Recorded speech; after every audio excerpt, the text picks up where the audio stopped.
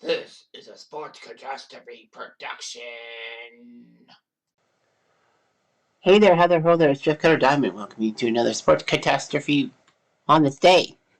And on this day, October 16th, 1985, the Toronto Blue Jays did something that I didn't think was possible, but they did. They choked a 3-1 series lead, and the Kansas City Royals would take advantage and win Game 7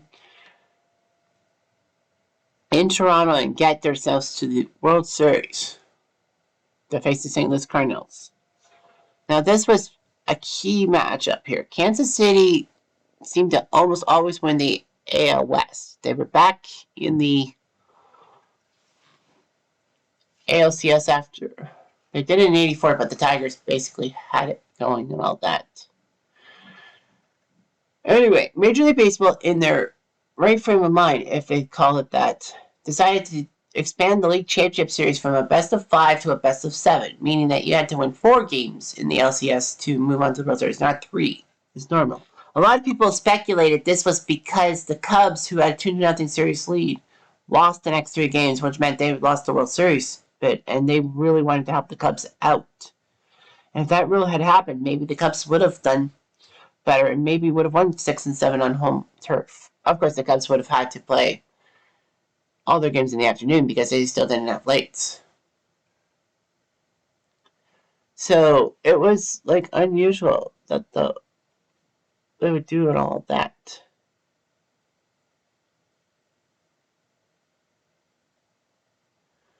Anyway, the Royals were a great team in the AL West. From 1976 to 1978, they did their jobs and won the AL West all 3 times. But their reward would be to lose to the New York Yankees in the ALCS.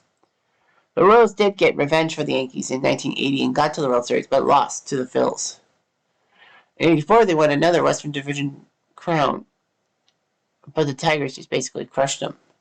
The Royals nipped the Angels by 1 game to win the 1985 pennant. By contrast, the Blue Jays were different. The Blue Jays started out life in 1977 as an expansion team. In 1976, the Blue Jays were supposed to, Toronto was supposed to get a team as San Francisco was dwindling, and the Blue Jay and Toronto was going to have the Giants, so it would be the Toronto Giants. The only problem was that Mayor Moscone, who would unfortunately be later killed alongside Harvey Milk, had an injunction and got San Francisco native Bob Lowry to buy the team, meaning Toronto did not have a baseball team. However, the Blue Jays came to light because Kansas City owner Ewing Kaufman's wife Muriel, who came from Toronto, was an avid baseball fan and sold her husband on the fact that Toronto could be a good team. And Toronto got the expansion team in 1977 instead of Washington, supposedly. The Blue Jays struggled in the early years. Well, franchise first-year teams. Like, what the heck can you do? So, regardless of that, the Blue Jays started to pick up pace by 1983. They were leading the AL East for a while, but they choked near the end. In '84, they won 89 games, looked good, but the Tigers were in the same division. So in '85, they played fantastic. I was born April the 9th. Ironically, on an off day, the Blue Jays would play the Royals in the first game of the season on April 8th. And then somehow they decided to have the second game April 10th, skipping April 9th altogether. And no, hockey didn't happen on my birthday either. Regardless of that, the Blue Jays put up 99 wins, and the pitch ain't one. Hit me. I said pitch, right? Yeah. So regardless of that, they won 99 games and had to fight off the Yankees, who were trying to get dominance back. The '85 Blue Jays were a mess. Their bullpen didn't look good. And then Tom Henke, this Rule 5 pick from Texas, came from the minor leagues and just rode the Blue Jays bullpen. And it worked. I could go on and on and on about the 1985 Blue Jays, because I'm a Blue Jays supporter. But anyway, the Blue Jays looked pretty good and all that. So it would be best of 7 now, and the Blue Jays would have home field. So if we went to Game 7, it would have been at Exhibition Stadium. So anyway, in Game 1, the Blue Jays crushed the Royals 6-1 thanks to Dave Steve's fantastic pitching and all that. In Game 2, it was a very tight game that went down to the wire. In the top of the 10th, Willie Wilson hit a single and stole second with 2 outs. Frank White hit a long line drive in which Mosby seemed to make a shoestring catch. He actually made the play, but the umpire said that it was no catch, that he had trapped it, and it was an RBI. Kansas City controversially was up by 1 run in Game 2. In the bottom of the 10th, Tony Fernandez singled, and then after a ground out, moved Fernandez to second. Lloyd Mosby hit an RBI single to tie the game, so all was well, I think. Mosby was on first base, but then Quisenberry tried to pick him off, but that was a terrible throw. So Mosby went to second base, and then Al Scoop Oliver hit a 2-out single. And the Blue Jays were up 2-0, and it looked good for the Blue Jays. Unfortunately, George Brett in Game 3 came alive. It was the George Brett game. 5 RBIs and all that. And Dick Hauser had never won a playoff game with the Royals. He was 0-11, well, in his career, with anyone. So, thanks to George Brett, the Royals won that game. Now, a lot of people actually said that the Blue Jays were too polite to George Brett in that series and should have just walked him a few times. Nevertheless, the Royals had a 1-0 lead in Game 4 after 8 innings, so it looked like it was going to be a 2-2 series. The only run was a bases loaded walk to Hal McRae. However, Lieberman came out and then walked Tomaso Garcia, and then Lloyd Mosby doubled to tie the game. Quisenberry came up and gave up a single to George Brett and a 2 RBI double to Al Scoop Oliver, again coming up clutch to make it 3-1 Blue Jays. Hanky got out of the jam, and the Blue Jays would win Game 4. And all the Blue Jays needed to do was win 1 game. Of course, in the old format, the Blue Jays would have beaten the Royals in a fantastic come-from-behind win, and their Game 4 and their LCS clincher would be huge. But unfortunately, the Royals changed. Game 5, the Blue Jays still had a chance. All they had to do was beat the Royals. But Danny Jackson pitched a fantastic game, and the Blue Jays just couldn't score. All that. Jimmy Key was sent to try to stop the Royals, but it didn't work. Blue Jays had a couple of key plays in the 5th and 6th innings to get a runner home, but then no matter, the series would go back to Toronto Exhibition Stadium in Game 6 as Mark Kusiba and Joy Alexander would go toe-to-toe. So all the Blue Jays needed to do was win on home turf. The Royals were up 3-2. But then in the 6th, things fell apart. Sundberg walked, got to second on a sacrifice bunt, and then Buddy Bianca hit an RBI double to score Jim Sundberg. And then on a throwing error, Buddy went to third base and scored on Lonnie Smith's hit. Unfortunately, the Blue Jays sucked. So it was up to Game 7. It was up to Dave Steve against Charlie Liebrant. And on October 16th, in Los Angeles, earlier in the day, the Cardinals faced the Dodgers, and it was Jack Clark who hit a powerful 3-run home run in the 9th inning off of Tom Niederfuhr, when they could have easily walked Clark to go after Van Slyke. But Lasorda says he didn't want to pitch that blank Van Slyke, even though Van Slyke was struggling in that series. Nevertheless, the Cardinals won Game 6 and won the NL pennant. So that meant that it was either Blue Jays, Cardinals, or a battle of the I-70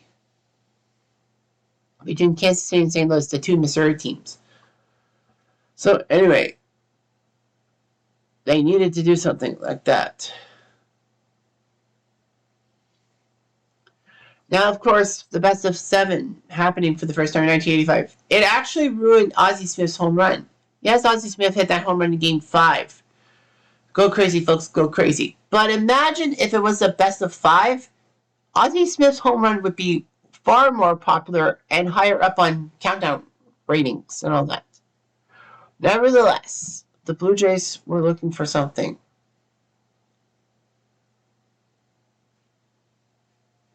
In the second inning, Pat Sheridan reached on a bunt, got to second base on a fielder's choice, and then Jim Sundberg singled.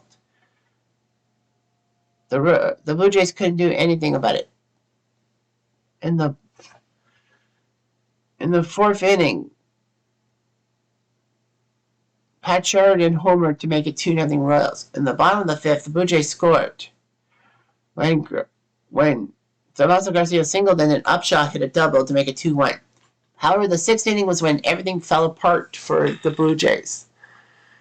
Steve was tired. Wilson flew out, Brett walked, and then McCray got hit by a pitch. Sheridan hit an fielder's choice, and they went to third base and got Brett. So first and second, 2 outs. All Steve needed to do was just keep things simple. But he walked Steve Balboni to deal with Jim Sundberg, who was not doing so hot. Unfortunately, Sundberg would hit a powerful drive towards right field that looked like it was going to be gone for a grand slam. However, it stayed in the park. It just bounced off that railing at the top of the fence and it got in play. So all 3 runners would score easily, and Sundberg had a bases-clearing triple to make it 5-1 Royals. Frank White hit an RBI single to make it 6-1. Practically, the Blue Jays just couldn't do anything about it. They scored a run, but unfortunately, they couldn't do anything. Final score 6-2 for the Royals, and the Royals were going to the World Series. And George Brett was named ALCS MVP. I mean, he had to be the ALCS MVP. I mean, dude.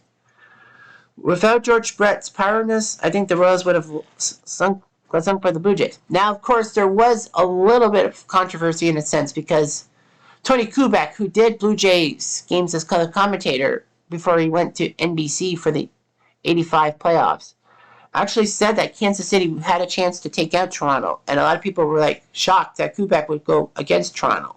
But Kubek wasn't really a homer. Can't blame him. So anyway, it was just huge and all that.